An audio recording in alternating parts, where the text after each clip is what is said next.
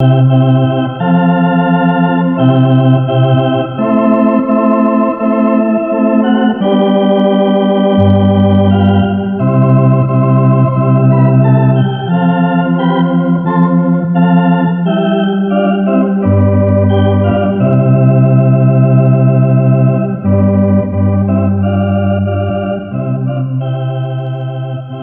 beloved in the Lord, we invite you this morning to join the Evangelical Presbyterian Church, Teshi District, as we lead you in worship. Minya ha me acho Teshi nutuame. Mia awo subo mi indisia. Eya tamile mi kata pembe mia acho mia pe hajibale ple biblao. Eye mia wode kaplimi le subo lame. Me kwese bene mi leji kwa miano jesi ofia. Be yo le subo meklimi mountona promito ekbe ha be Naomi. Amen. The heavens declare the glory of God. The skies proclaim the work of his hands. Day after day they pour forth speech. Night after night they display knowledge. Jipo le mau bebu glemfia. Eye jingoli le gbepa dem epe asinu dowowo. Nkeke blanya na nkeke. Eye za toa epe nunya na za bubu. Miape gomejeje na nonyi le mau fufula bila ple gogogogola penkome. Amen. Our opening hymn is hymn 29 from the EP Church hymn book. Miape gomeje haenye hajiji bla bebo asie kelia. Kafukafu nyasi abe Yehowa wonko mi acho kafukafu nada. Amen. Sede si me keke si ame anowo afonula.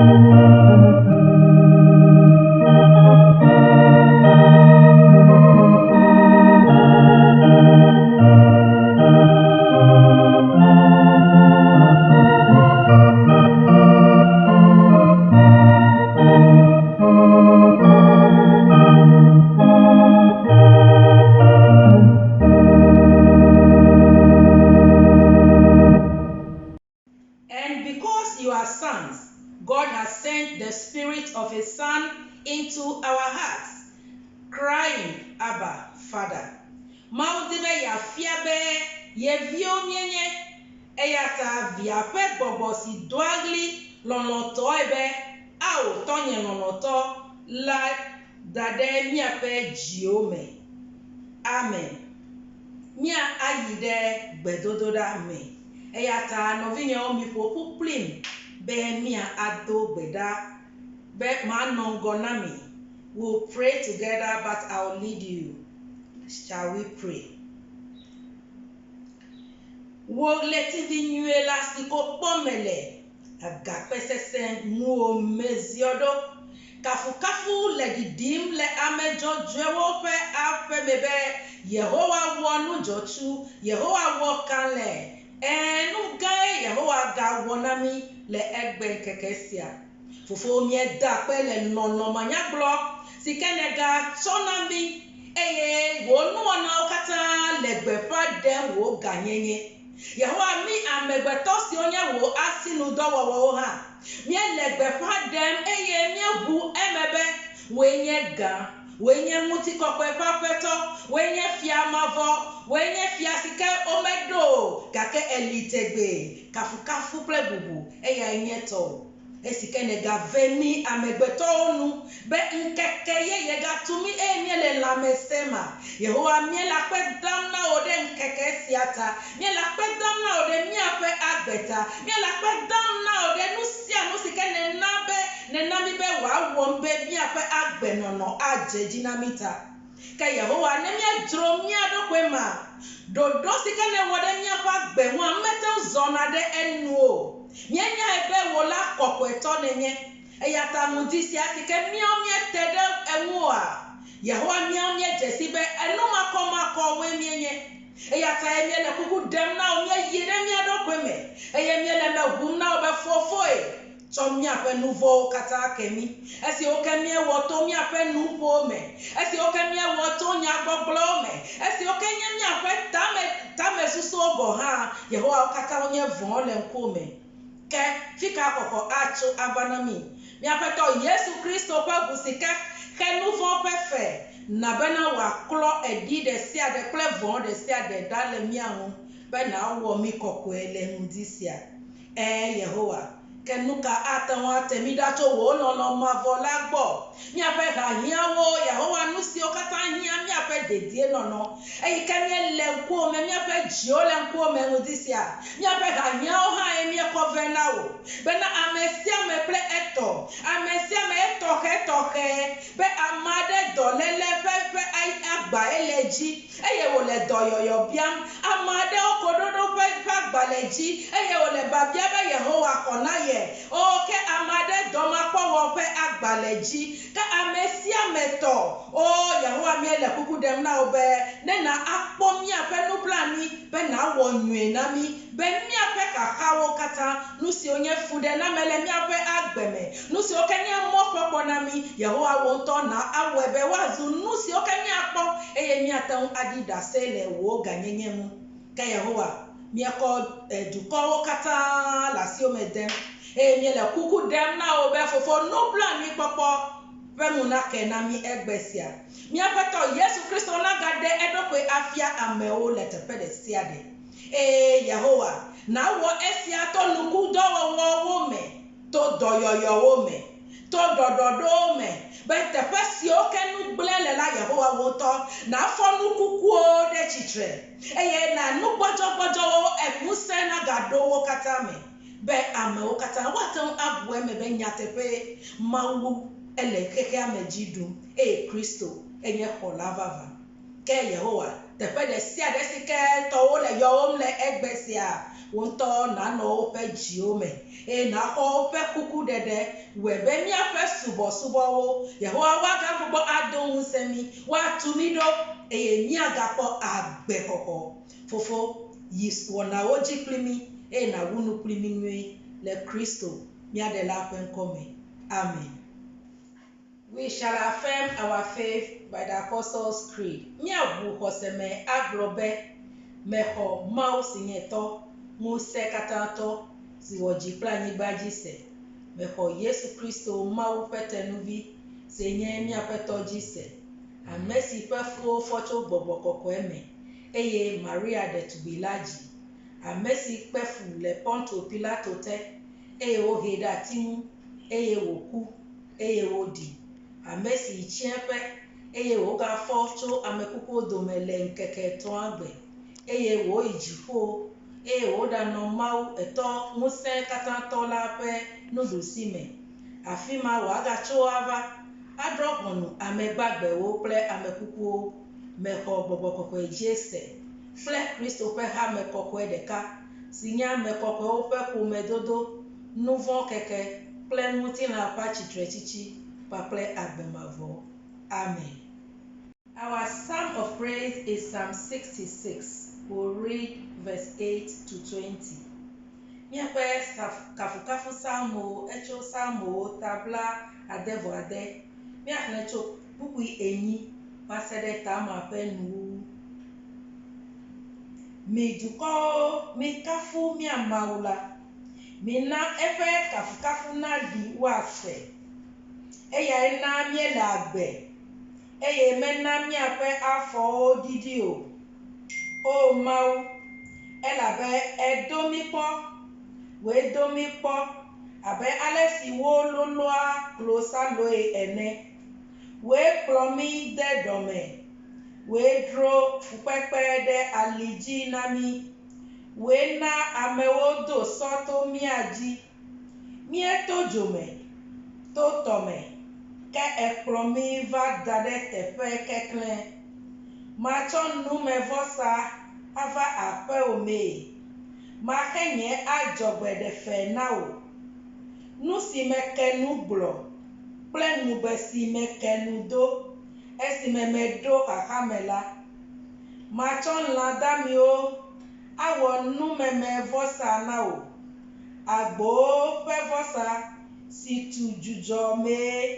Matsɔ nyitsuwo kple gbɔ̃wo asa vɔ na wò le. Mi mawuvɔ̃lawo katã miva see ɖa, eye maxlẽ nu si wòwɔ nam la fia mi. Medo ɣli yɔe, eye eƒe kafukafu nɔ nye aɖe dzi. Ne ɖe nu vɔ̃ wɔwɔ doa dzidzɔ nam le nye dzi me la, anye ne Aƒetɔ la agbe toɖoɖom. Ke le nyateƒe me la, Mawu see. Elé to ɖe nye gbedodoɖa ŋu. Woakafu Mawu elabe megbe nye gbedodoɖa loo alo te eƒe amenuveve ɖa le gbɔnye o. Amen. Yehowa mía Mawu xɔ míaƒe kafukafu kple akpedada to viwò míaƒe tɔ Yesu Kristo dzi. Amen.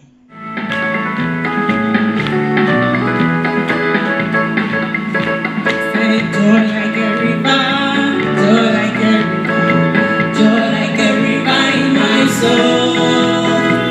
Joy like a river, joy like a river, joy like a river in my soul. Joy in my soul, joy like a river, joy like a river, joy like a river in my soul. Joy like a river, joy like a river, joy like a river in my soul. Joy, joy, joy, joy, joy like a river, joy like a river, joy like a river in my soul. Joy, joy, joy like a river in my soul. Joy like a river, joy like a river, joy like a river in my soul. Joy like a river, joy like a river, joy like a river in my soul. Cristo towo, Cristo towo, Mijoa say, Mijoa say, Mijoa say, Mijoa say, yeah, Mijoa say. Cristo towo, Cristo towo, Cristo towo, Cristo towo, Mijoa say, yeah, Mijoa say. Ebe mau kanesia, ebe koto kekoro, mau kanesia, elololo, mau kanesia, mau kanesia, mau kanesia, ebe koto kekoro, mau kanesia, elololo. Elolo, elolo, elolo, keke, keke, keke, elolo, elolo, elolo, keke, keke, keke. I say this kind God, I never see your type. Oh, this kind God, oh, blessed be your holy name. This kind God, oh, I never see your type, oh. This kind God, oh, blessed be your holy name. Before we take our scripture lessons, I want us to note them down. Let's write the text for today. The first scripture text is Acts chapter 17. We'll read from 22 to 31. 1 Peter 3, 13 to 22. And then John chapter 14, we'll read from 15 to 21. Egbe mi apenu kekle eto mi ase o mi adejesi o elabana mi akle eton liape lebegbe meko ta mi agno suse o be mi akle apeme dowowo ta wi adre puku bla vevo vevado bla tonvo de kelia Petro fe agbale gbanto ta ton puku wi eton va sede bla vevo evelia eye nyanyuŋlɔla Yohanes ƒe agbalẽ ta 14 pupui 15 va se ɖe bla 21 eya ko xlẽgbe mi gbɔ eya ta woaxlẽ enuma na mi.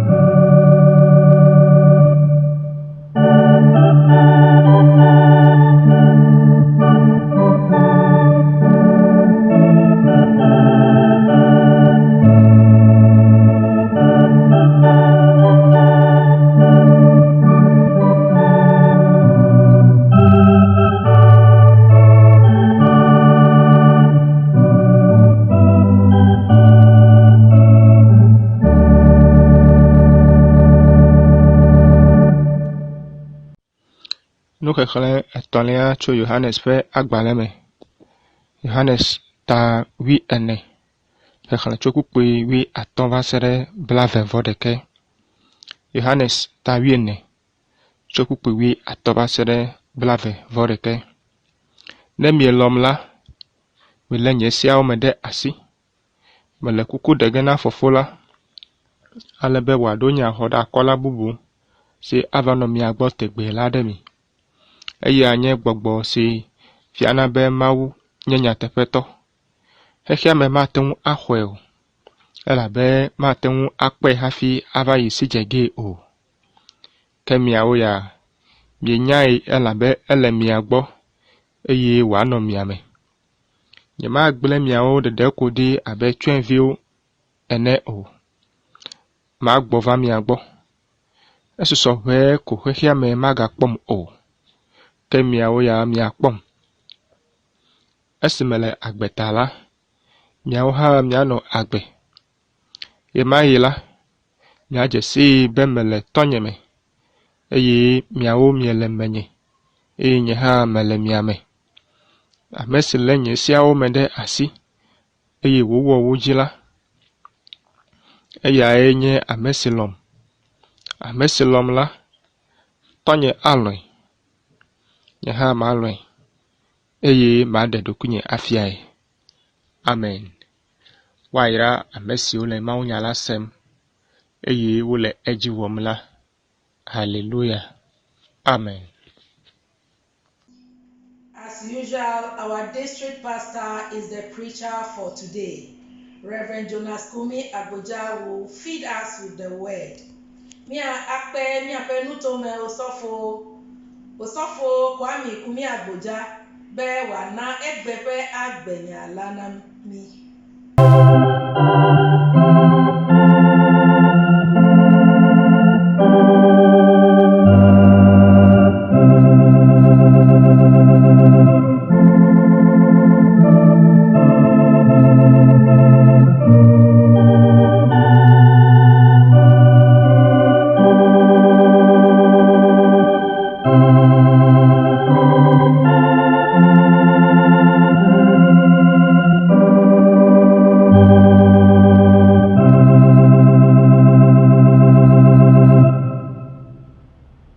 Mina mia dogbeda. Let us pray. Fofo mavo mi dakpe le wo domenyo kpakple wa menu veveta. Aƒetɔ wa me takpɔkpɔ sɔgbɔ. Mi ame yiwo ke ƒoƒu ɖe wo xɔxɔnu egbe le wo agbenya sege bena miasubɔ tɔxɛ la. Mi le gbɔgblɔ be aƒetɔ wo dɔwɔwɔwo sɔgbɔ loo. Ewɔ katã le nunya me. Eye anyigbadzi yɔ fún kple wo dɔwɔwɔwo sɔŋ. Aƒetɔ dzi aƒetɔ egbengeke aƒetɔ míebia be nana mi gɔmesese bena wo nyawo eyiwo ke míase egbe aƒetɔ míaɣla wo ɖe míaƒe dziwo me bena míaka wɔ nu vɔ ɖe ŋu o. Míedo gbe ɖa le Yesu Kristo ƒe ŋkɔ me. Amen. Nɔvi lɔlɔtɔwo le aƒetɔ la me. Mawunya etɔawo katã wo xlẽ wo na mi eye míaƒe nyati eyi ke dzi míatɔ ɖo yevugbemewo ɖe ŋkɔ nɛ be manifesting the spirit of truth. Eye ʋegbemea eyae nye be ale yi ke míaɖe gbɔgbɔ nyateƒe ƒe gbɔgbɔ la ƒe ŋusẽ afia. Nyateƒe la ƒe gbɔgbɔ ɖeɖefia. Ehiã godo be nyateƒe ƒe gbɔgbɔ yi ke le dɔ wɔ le mía me la, ele be le nye kpakple woƒe nuƒo míaƒe zɔzɔ míaƒe wɔnawo me la, míaɖi afia kɔtɛe be nyateƒe ƒe gbɔgbɔ ale kple ale wòle nye esi. Nɔvi lɔlɔtɔwo le nuxexlẽ gbãtɔ me míaƒe ŋgɔdoa Apostol Paul eyi me ke wòlɔ dɔ wɔ atraɖii ewɔ dɔ va ɖo Antenia le yevugbeme woyɔ be Athens ale be edo go ame mawo nyateƒe me Anteniatɔwo nye ame deŋgɔwo le agbalẽsɔsrɔ̃ me. Woƒe susuwo me kɔ eye woawo tɔe nye be yewoase nya ɖe agblɔ alo ame aɖe ava gblɔ nya ɖe na yewo. Beloved in the Lord, this day as we talk about the manifestation of the spirit of truth in our daily lives, it behoves upon us that in our daily activities, whatever we do in our encounter with the world, we need to tell the world that this is the spirit of truth. This is how he works. Yes, by this act, when Paul was going round in his ministry, he came to the city of Athens. He met the Athenians, and these Athenians are mostly, the learned people are mostly philosophers. And these philosophers, we have two groups. We have the Stoics, we have the Epicureans. Then this man said, Paul said, I would want to minister unto the people of Athens. But despite their philosophical background, they were mostly pagans. Mianovi Ateniatɔwo nunya geɖe le wo si, gake nu yi ke aƒetɔ la na mi se gɔme nyuie to apostol Paulo dzi nye be togbɔ be nyasã geɖe le wo si, wosrɔ̃ nu de ŋgɔgbe hã, wonye ame yiwo ke womexɔ Mawu dzi se o.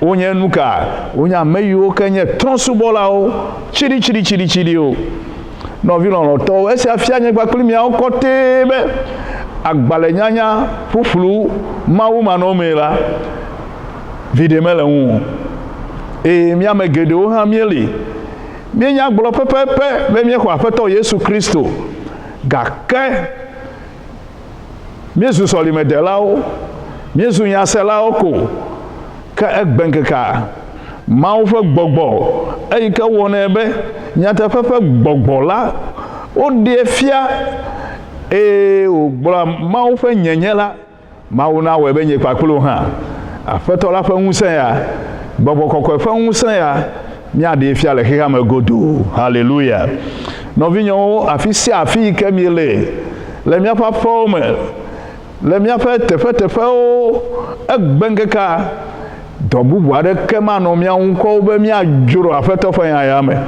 bena míate ŋu aɖe nyateƒe ƒe gbɔgbɔ ƒe ŋusẽ ya afia nɔvinyewo eyi me ke apostolo Paul zɔ le Atenia dukɔ me ezɔ kpɔ nu geɖewo eye wòɖe gbeƒã Yesu Kristo ehiã be nye kpakplo hã egba míaɖe gbeƒã aƒetɔ Yesu Kristo le dukɔa me le xaxawo ta le ame yiwo tɔgbi le xexea me fifia ŋu ta ehiã be nye kplo hã míaɖe gbeƒã ke gbeƒã ɖeɖe ya me apostolo Paul nɔ nu yi ke do ta ɖa nye be Atenia dukɔ woɖo ame ɖe woli be nu yi ke gblɔ le ɖe ezu nyayiya nyateƒe Yesu Kristo ƒe nyaya ezu nyayiya tɔxɛ le trɔ̃subɔlawo ƒe tome gake nye kplo ƒe gbedodoɖa nye be aƒetɔ la na wɔe be woasee nɔvi lɔlɔtɔwo eyi me ke apostolo Paul wohe va ʋɔnu eye wobia gbe nu ka tututu gblɔ le apostolo Paul ɖo ŋu be nɔvinyewo mi ɖo to miase nɔvi lɔlɔtɔwo nu yi ke wògblɔ nye be metsa le dukɔa me ebe yetsa le Atenia dukɔ me eye nu ɖeka yi kpɔ wona ŋkɔ vuduwo na ŋkɔ trɔ̃wo na ŋkɔ nu geɖe yiwo ke subɔ le gake ɖeka ya le la ŋkɔ mele nɛ o woŋlɔ ɖe fi ma be Mawu manyamanya Mawu yi ke yiwo mekpɔkpɔ o gake yiwo le subɔ nɔvi lɔlɔtɔwo le míaƒe aƒewo me le míaƒe duwo me wona ŋkɔ trɔ̃wo wona ŋkɔ vovovowo eɖewo nye tovi eɖewo nye akplali eɖewo na ŋkɔ ɖewo be tonogo wona ŋkɔ vovovowo le duwo me gake nu ɖeka abe le Atenia dukɔ wɔe la naɖe li wo subɔna eye womena ŋkɔ ya gbeɖegbeɖe o kema wona ŋkɔe wo bia se be leke hã eya ɖe leke miayɔnɛ wobe woayɔe be aƒeli eye apostolo Paul nɔ gbɔgblɔ be o aƒeli ma ɖe he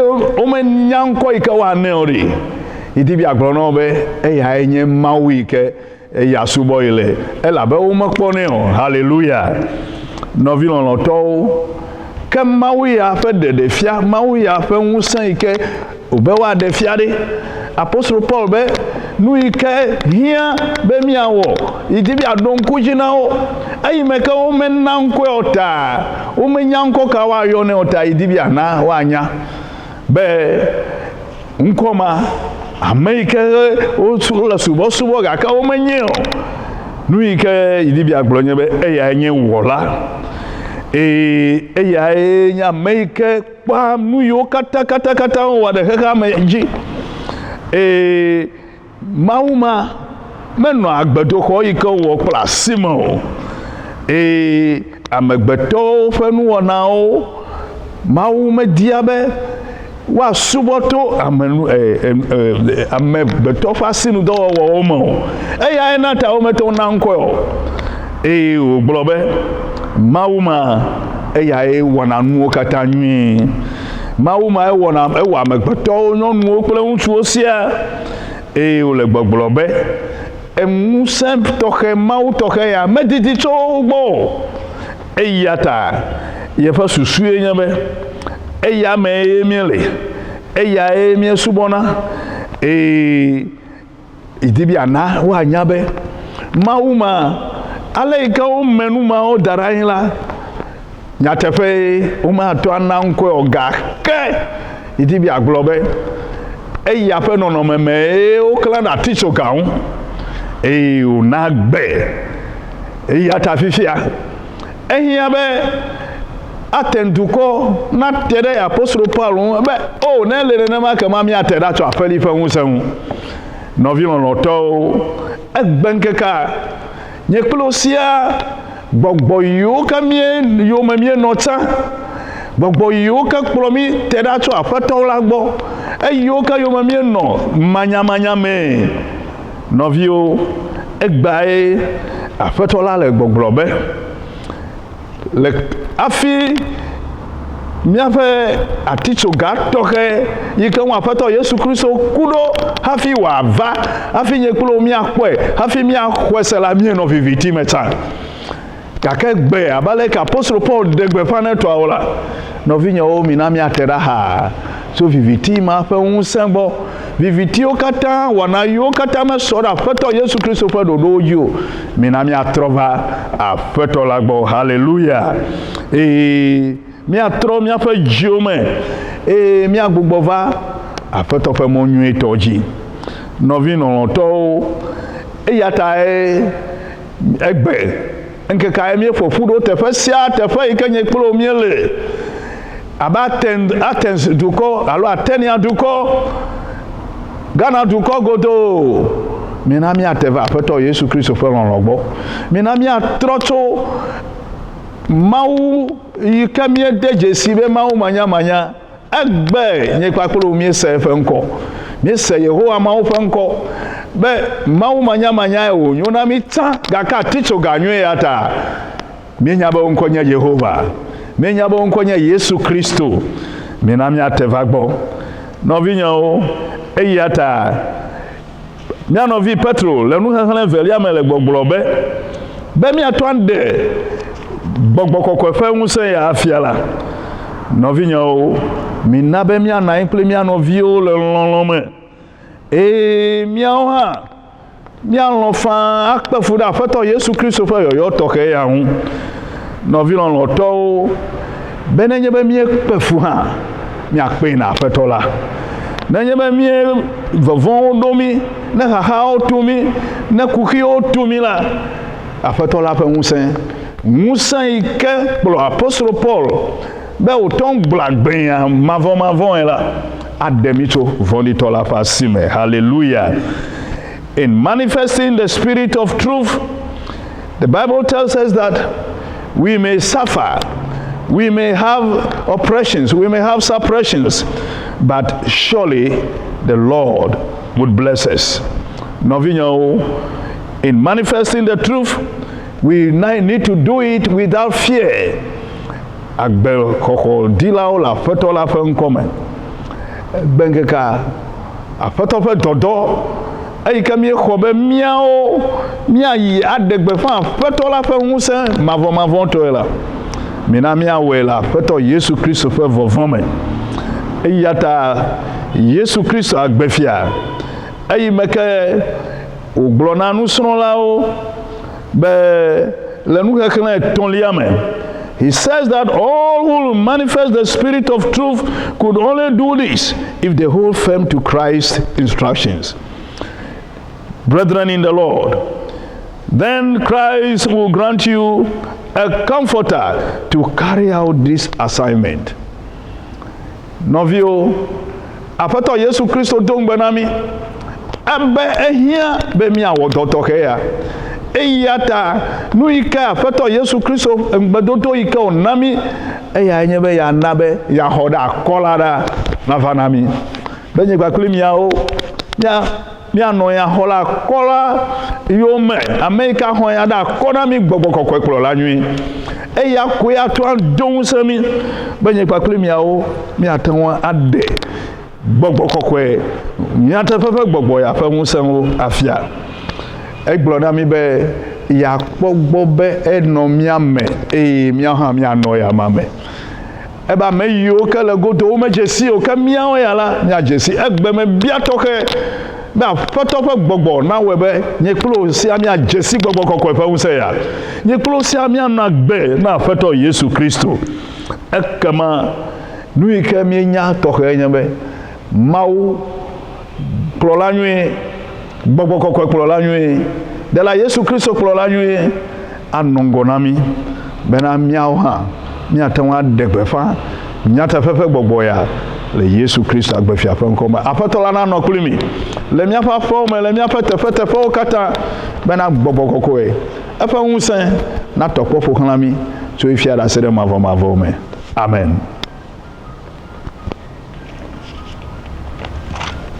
Mina miado gbe ɖa fofo mavɔ mieda akpe le wò dɔmenyo kple wò amenuveve ta miese wò agbenya aƒetɔ mibia be nàdo ŋusẽ mi bena miawo hã miate ŋu alɔ faa be miaɖe nyateƒe ƒe gbɔgbɔ ƒe ŋusẽ wo afia le mɔ vovovo nu to wò Yesu Kristo ƒe ŋkɔ me amen.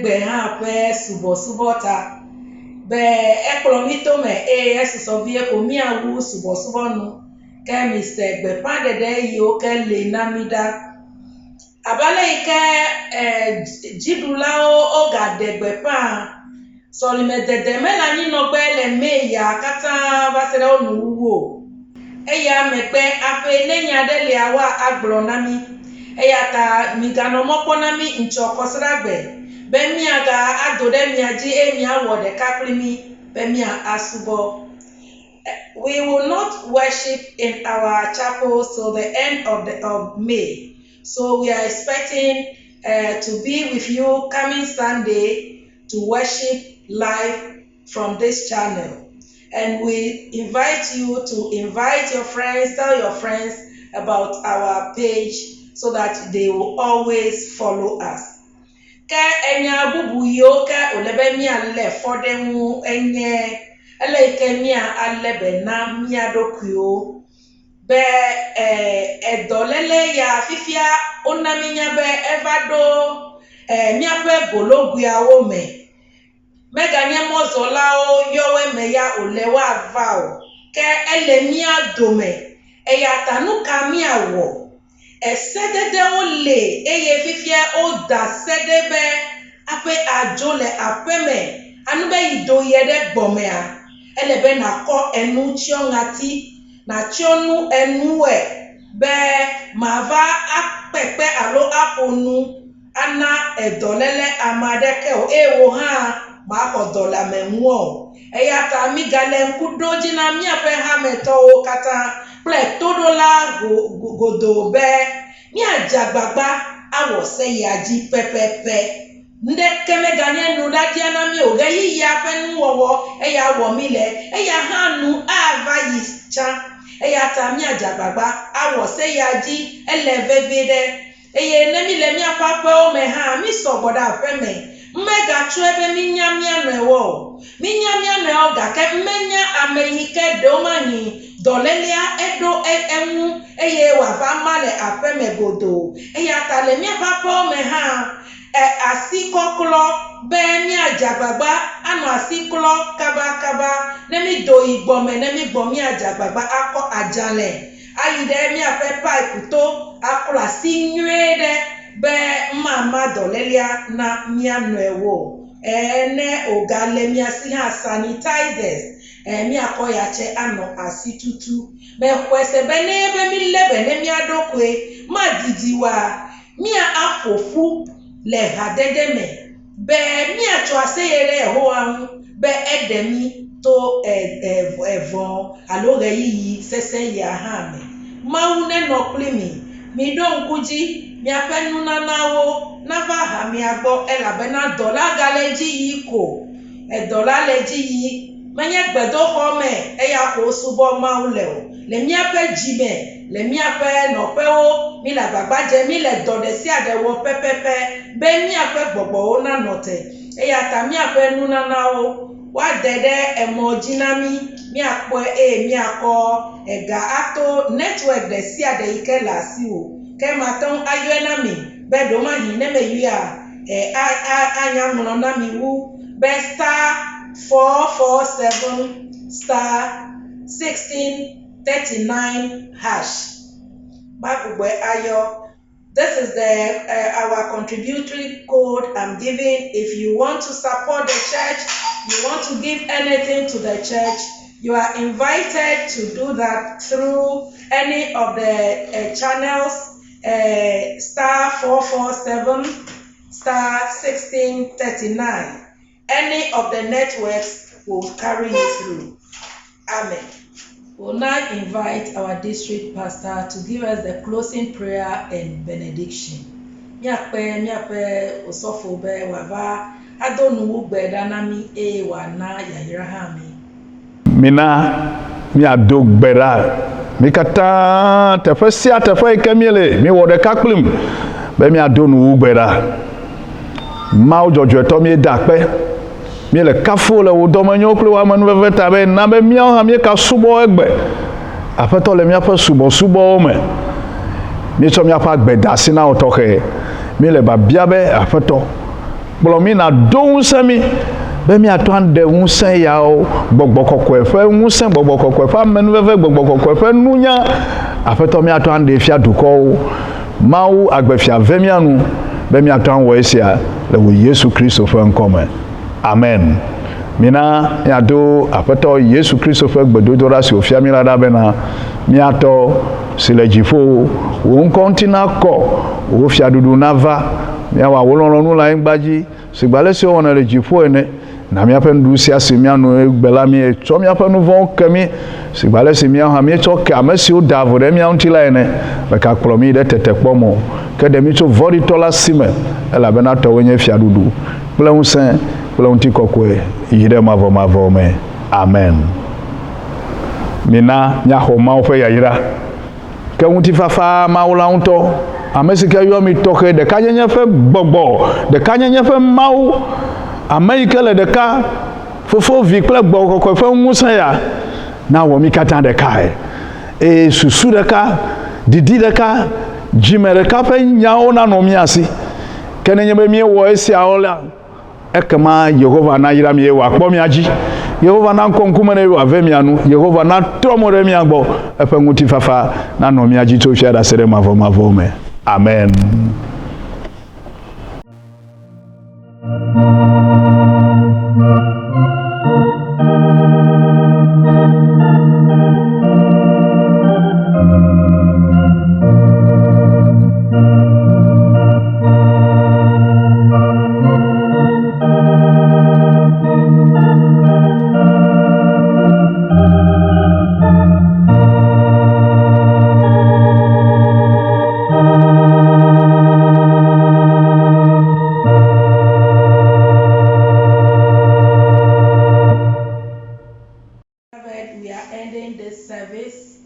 With hymn 654, we sing the first 3 stanzas.